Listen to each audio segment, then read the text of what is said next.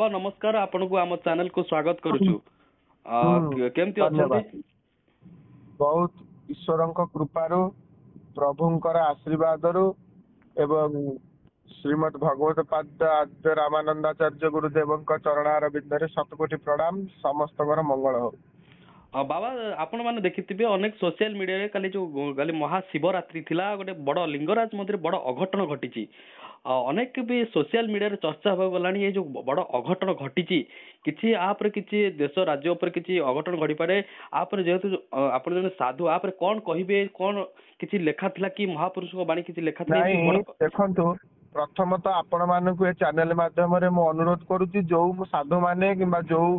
महापुरुष माने आमर वर्तमान समय जो साधु महापुरुष माने कहिबे जे एटा मालिकारे लेखा थिला ताको आपण माने ग्रहण करंतु नाही ए प्रकार कोनोसी बाबद रे मालिकारे लेखा जाइनी किंतु आर गोटे विपरीत मार्ग अछि जोटा म आपण को आलोकपात करेबी संक्षिप्त भाव रे किंतु मालिकारे यार कोनोसी वर्णना नाही मालिकारे कोनोसी भाव रे लिपिबद्ध नाही जे एई प्रकार महापुरुष लिखिथिले लिंगराज मंदिर रु महादीप खसी पड़िबो सेवायत पड़ी आहत होई जिवे बलभद्र टळी गली पड़िबे एडा सब कोनोसी लेखा नथिला ए सब जो माने प्रचार करंते निजर माने आत्म बड़ीमा आत्म प्रशंसा करिया पाई कि जोटा कि शास्त्र विरोध करिछि किंतु गोटे कथा होछि दिनकु दिन किंतु महापुरुष एक कथा हमें न कहि परिबा जे महापुरुष कहिसंती जे महापुरुष कहिसंती जे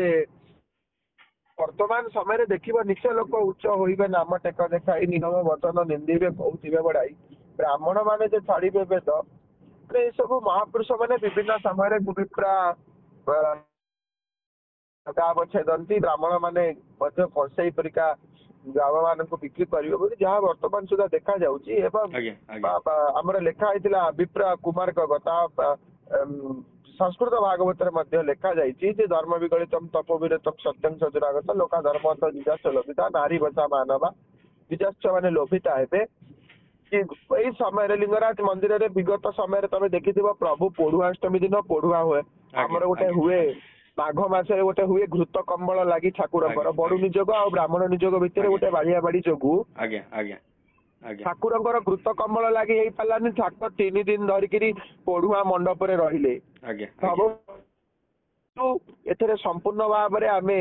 दोषाबह काहाकू करिबा किंतु प्रकृत रे गोटे दृष्टि बडु निजोगी होउछथि ठाकुरंकर अंग लागि सेवायत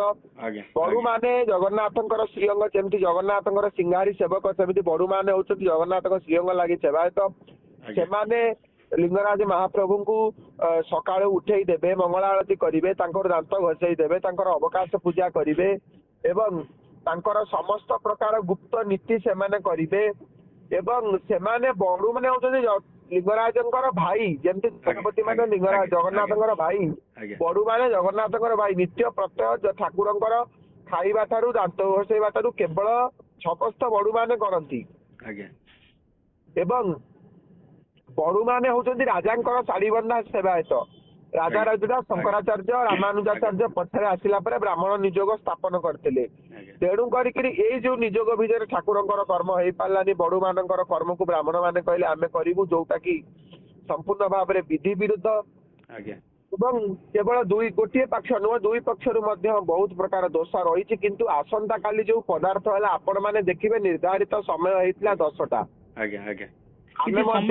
बाबा किसी समय विलंब सकाशे कम समय कम सकाशे गोली घटना घटितला कि समय कम सकाशे नुह निर्दिष्ट भाव रे काली आमर महा ठाकुरंकर संध्या धूप पूजा ठाकुरंकर संध्या धूप पूजा होई नथिला हमर संध्या आरती परे ठाकुरंकर संध्या धूप पूजा बढी सारिला परे ठाकुरंकर घर गौरी बेश होई कि ठाकुर अभिषेक होइतिले हमर रात्रर जोटा हमर रहिछि हमर रात्रर द्वितीय प्रहर जोटा रही द्वितीय प्रहर रे महादीप उठिबार समय निर्धारित करा जाइतिला विशिष्ट भाव रे पूजा पंडा माने 16 उपचार पूजा करी हमर महादीप को आरती करी रूपा पिंगल रे महादीप को आरती करी हमर देइथिले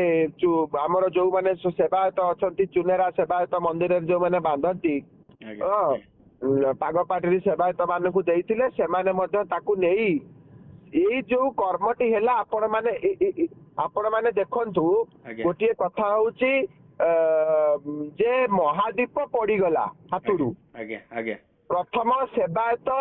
ଆମେ କହିବା ସେ ନିଶାଶକ୍ତ ଥିଲେ କଣ ଥିଲେ ତାହା ନୁହଁ। ଆଜ୍ଞା ସେବାୟତ ଜଣେ ଗଳି ପଡିଲେ ଏଇଟା କେବଳ ନିର୍ଦ୍ଦିଷ୍ଟ ଭାବରେ ଗୋଟେ ଅସାବଧାନତା ଯୋଗୁ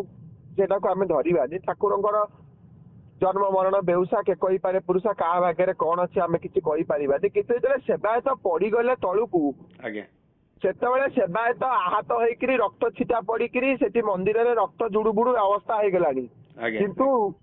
ସେଇ ଯୋଉ ଅପବିତ୍ର ମହାଦୀପକୁ ଆମର ନିୟମ ରହିଲା ଯଦି ଗୋଟିଏ ରକ୍ତ ବୁନ୍ଦା ପଡେ ଛେପ ପଡେ ମଳମୂତ୍ର ପଡେ ଆଜ୍ଞା ଆଜ୍ଞା ସାମାନ୍ୟ ଗୋଟିଏ ଛେପ ପଡିଲେ ସେଠି ଗୋଟିଏ ମହାସ୍ନାନ ଆଜ୍ଞା ମୂତ୍ର ପଡିଲେ ସେଠି ଦିଟା ମହାସ୍ନାନ ଆଜ୍ଞା ଆଜ୍ଞା ମାଘ ସ୍ନାନ ଆମର ଯୋଉଟା ହୁଏ ଆଜ୍ଞା ଆଜ୍ଞା ଏବଂ ଅନ୍ୟମାନେ କଥା ହୁଏତ କହି ନ ପାରନ୍ତି କାରଣ ଆମେ ପୁରୀ ନିଯୋଗ ସାଙ୍ଗରେ ଲିଙ୍ଗରାଜ ନିଯୋଗ ସାଙ୍ଗରେ ବହୁତ ସମ୍ପର୍କ ବହୁତ ସମୟ ଧରି ଆମେ ଷୋଳ ଶାସନର ବ୍ରାହ୍ମଣ ଆମର ଲିଙ୍ଗରାଜଙ୍କ ସମୟରେ ବହୁତ ସମ୍ପର୍କ ଆଜ୍ଞା ଆଜ୍ଞା ଏବଂ ଏ ଯୋଉ ମହାଦୀପଟି ଅପବିତ୍ର ମହାଦୀପଟିକୁ ଆଉ ଜଣେ ଅପୋଜିଟ ସେବାୟତ ଆଜ୍ଞା ଆଜ୍ଞା ଯଦି ସେ ସେବାୟତ ସେଠି ମୃତ ହେଇଯାଆନ୍ତେ ତ ମନ୍ଦିର ତ ପୁଣି ଥରେ ପୁନଃ ପ୍ରତିଷ୍ଠିତ ଏଇ ଯୋଉ ପୂଜା ବସିଥାନ୍ତା ଆଜ୍ଞା ଆଜ୍ଞା ଆଜ୍ଞା ପୁନଃ ଅଭିଷେକ କିନ୍ତୁ ଆମେ ସେ ରକ୍ତକୁ ନ ଦେଖି ସେ ମଳକୁ ନ ଦେଖି ସେ ମୂତ୍ରକୁ ନ ଦେଖି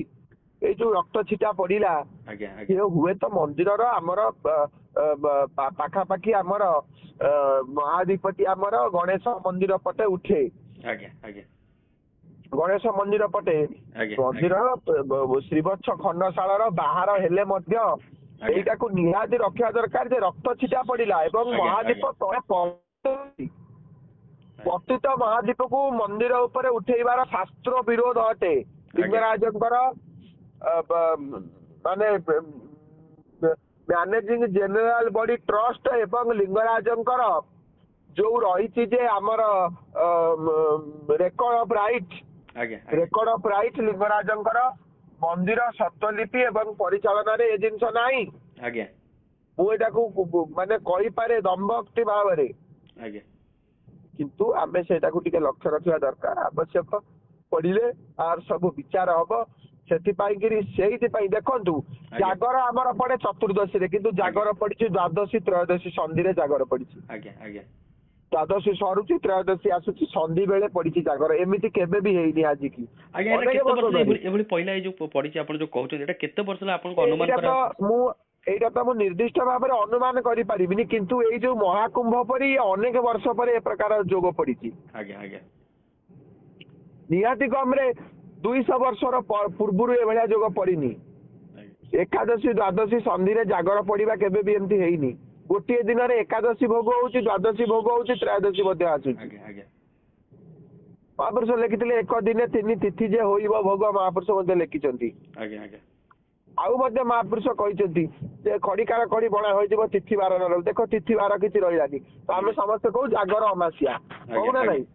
କିନ୍ତୁ ଜାଗର ଚତୁର୍ଦ୍ଦଶୀ ଅମାସିଆ ସନ୍ଧିରେ ପଡେ। ଦେଖ ନା ଜାଗର ତ୍ରୟୋଦଶୀ ନା ଚତୁର୍ଦ୍ଦଶୀ ନା ଅମାସିଆ ନା ଦ୍ୱାଦଶୀ ନା ଏକାଦଶୀ। ଜୟ ଜଗନ୍ନାଥ ଆମ ସହ ଯୋଡି ହେଇଥିଲେ ବାବା ଆଦିତ୍ୟ ନାରାୟଣ ନନ୍ଦ ଯେ କି ତାନେଶ୍ରୀ ମଠ ପୀଠାଧୀଶ ଏ ଯୋଉ କାଲି ଘଟଣା ଘଟିଥିଲା ବହୁତ ଧନ୍ୟବାଦ ଆପଣଙ୍କୁ ସ୍ୱାଗତ କରୁଛୁ ଆମ ଆଧ୍ୟାତ୍ମିକ ଚ୍ୟାନେଲକୁ। ଜୟ ଜଗନ୍ନାଥ।